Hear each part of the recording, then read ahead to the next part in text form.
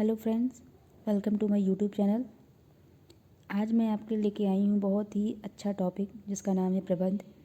आज इस वीडियो में हम प्रबंध के अर्थ और परिभाषा के बारे में जानेंगे। प्रबंध का अर्थ क्या होता है, प्रबंध की परिभाषाएं कितनी हैं। ठीक है, सबसे पहले हम जानेंगे कि प्रबंध होता क्या है। प्रबंध का अगर किताबी भाषा में जानें तो प्रबंध शब्द एक व्यापक शब्द है जिसे आधुनिक व्यावसायिक एवं औद्योगिक जगत में कई अर्थों में प्रयोग किया जाता है। संकीर्ण अर्थों में यानी संकुचित बहुत ही छोटे स्तर पर अगर जाना जाए तो प्रबंध दूसरे व्यक्तियों से कार्य कराने की युक्ति होती है। यानी कि अगर हम कोई भी योजना बनाए हुए हैं और उसके अंतर्गत हमने कोई कार्य कराना है, ठीक है, तो अब हम किसी व्यक्ति से उस कार्य को कैसे कराएंगे, यही टेक्निक लगाना ही प्रबंध कहलाता है। ये बहुत ही छोटे या संकुचित अर्थों में ये है। लेकिन अगर व्यापक या विस्तृत अर्थ में जाने तो प्रबंध एक कला व विज्ञान है जो निर्धारित लक्ष्यों की प्राप्ति के लिए विभिन्न मानवीय प्रयासों से संबंध रखता है। अब यहाँ पे प्रबंध एक कला व विज्ञान है। ठीक है, प्रबंध एक कला विज्ञान है। प्रबंध को कला क्यों कहा गया है? देखिए, प्रबंध एक कला व विज्ञान दोनों ही है, क्योंकि प्रबंध को कला इस कारण कहा जाता है क्योंकि प्रबंध की कला एक व्यक्तिगत कला है जो अंतर्ज्ञान से प्राप्त की जाती है। ठीक है, और इससे हम व्यवसाय में बहुत ही ज़्यादा, एक तरह से कहें, ये सृजनात्मक कार्य करने के लिए इस कला की बहुत ही ज़्यादा आवश्यकता होती है। अब दूसरी ओर इस प्रबंध को विज्ञान भी कहा जाता है। क्यों कहा जाता है? क्योंकि इसका स्थानांतरण करना संभव नहीं है। इसके भी कुछ नियम और सिद्धांत होते हैं जिसका पालन करने से कुशलता की प्राप्ति की जा सकती है, जिससे कि किसी संस्था में उसके पूर्व निर्धारित लक्ष्य या उद्देश्यों की प्राप्ति की जा सके। वैसे तो हम अपने ये एक विद्यार्थी जो होता है वो अपने जीवन में भी बहुत तरह के प्रबंध करता है।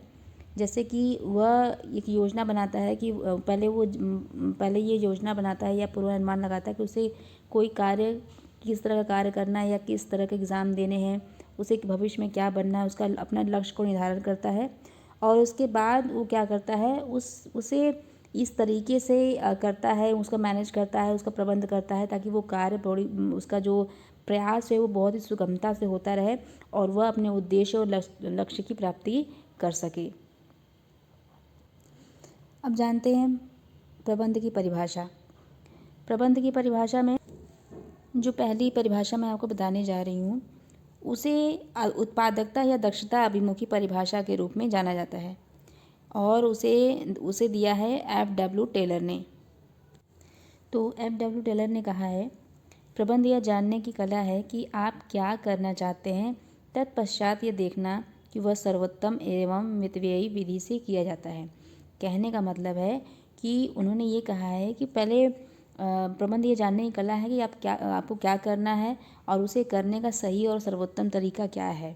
ठीक है, जैसे कि हम कोई कार्य अपने दैनिक जीवन में भी करते हैं तो उससे जो सबसे सरल तरीका होता है या आसान होता है, बहुत ही शीघ्र होने वाला, कम खर्च वाला होता है, उसे ही हम करते हैं। चाहे हमें कोई ख़रीदारी करनी हो, चाहे हमें कहीं जाना ही हो, तो हम जाने के लिए क्या सबसे आसान रास्ता या सीधा रास्ता खोजते हैं जहाँ पे ट्रैफिक ना हो और जल्द से जल्द हम पहुँच जाएँ। ठीक है, उसी तरह प्रबंध में भी होता है कि किसी कार्य की शुरुआत से लेके उसके पूर्ण रूप से निष्पादन तक के सारे क्रियाकलाप इसमें शामिल होते हैं। उस कार्य को किससे करवाना है, कैसे करवाना है, किस तरीके से करवाना है और कितने अच्छे ढंग से करवाना है ताकि उसमें कम खर्च आए और उसका उत्पादन, यानी कि उसका जो लक्ष्य है वो निर्धारित लक्ष्य बहुत ही सही समय से पूरा हो जाए। अब अगली परिभाषा जो मैं आपको बताने जा रही हूँ वो है हेनरी फ्यूल की परिभाषा, जिसे प्रक्रिया अभिमुखी अथवा कार्यात्मक परिभाषा के रूप में जाना जाता है। ठीक है, इन्होंने कहा है, प्रबंध से आशय पूर्वानुमान लगाना, योजना बनाना, संगठित करना, आदेश देना, समन्वय करना तथा नियंत्रण करने से है। अब इन्होंने कार्यात्मक परिभाषा के रूप में क्यों दिया? क्योंकि आप जानते हैं कि पूर्वानुमान लगाना, योजना बनाना, संगठित करना, आदेश देना, समन्वय करना, नियंत्रण करना, ये सारे प्रबंध के कार्य हैं। तो यानी कि ये सारे कार्य जिसके अंतर्गत मतलब निष्पादित किए जाएं वो प्रबंध कहलाता है। अब इन कार्यों के बारे में हम पूर्ण रूप से किसी वीडियो में जानेंगे, लेकिन अभी हम यहाँ थॉरली जान लेते हैं। जैसे पूर्वानुमान लगाना, किसी बात का अंदाज़ा लगाना कि हम जो कार्य करने जा रहे हैं उसमें कितनी सफलता है, कितनी पूँजी लगेगी, किस तरीके से करना है, कौन कौन से संसाधन हैं, इन सब चीज़ों का समावेश होता है। और योजना बनाना हम सभी जानते हैं कि हम जैसे अगर पढ़ाई लिखाई के लिए भी और किसी कार्य के लिए भी योजना बनाते रहते हैं। कहीं आना जाना है, कुछ भी प्रोग्राम है, घर में शादी पड़ी है, बर्थडे पड़ी है, हर चीज़ों के लिए योजना बनाते रहते हैं कि उस कार्य को कब, कहाँ, कैसे, किसके द्वारा करना है, किस तरीके से करना है, ये सारी चीज़ों का योजना हम बनाते हैं। संगठित करना मतलब उससे संबंधित सारी चीज़ों को संगठित करना ताकि कार्य को सुचारू रूप से चलाया जा सके।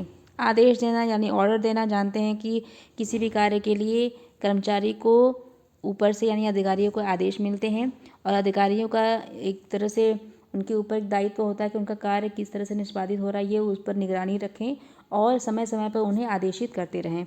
समन्वय करना यानी कि सामंजस्य स्थापित करना, ठीक है, उन सभी कार्यों को या दस्तावेजों हर चीज़ के बीच में एक सामंजस्य स्थापित करना ताकि सुगमता से कार्य होता रहे। नियंत्रण करना, आप जानते हैं कि किसी भी कार्य पर नियंत्रण रखना भी बहुत ज़रूरी होता है। ये सभी प्रबंध के कार्य हैं जिसको हम अगले वीडियो में बहुत ही अच्छे से जानेंगे। अब अगली परिभाषा है जो कि है निर्णय प्रधान परिभाषा, जिसे दिया है रोस मूरे जी ने। इनके अनुसार प्रबंध का आशय निर्णय से है। कहने का मतलब है कि प्रबंध के अंतर्गत निर्णय लिया जाता है। प्रबंध एक ऐसी प्रक्रिया है जिसके अंदर हर स्तर पे, हर चरण पे कुछ न कुछ नए नए कार्य होते रहते हैं, सृजनात्मक कार्य होते रहते हैं, जिसके निष्पादन के लिए हमेशा ही कुछ न कुछ निर्णय लेने होते हैं। इसीलिए रोस मूरे जी ने प्रबंध को निर्णय प्रधान परिभाषा देते हुए प्रबंध का आशय निर्णय लेने से है ऐसा कहा है। तो आशा है आपको ये मेरा वीडियो पसंद आया होगा और अगर आपको मेरा ये वीडियो अच्छा लगा है तो इसे लाइक करें। अगर आप इस चैनल पर नए हैं तो इसे सब्सक्राइब करें और अपने दोस्तों में ज़्यादा से ज़्यादा शेयर करें ताकि मैं उससे प्रेरित होकर आपके लिए ऐसे ही अच्छे अच्छे महत्वपूर्ण वीडियोज़ बनाती रहूँ। धन्यवाद।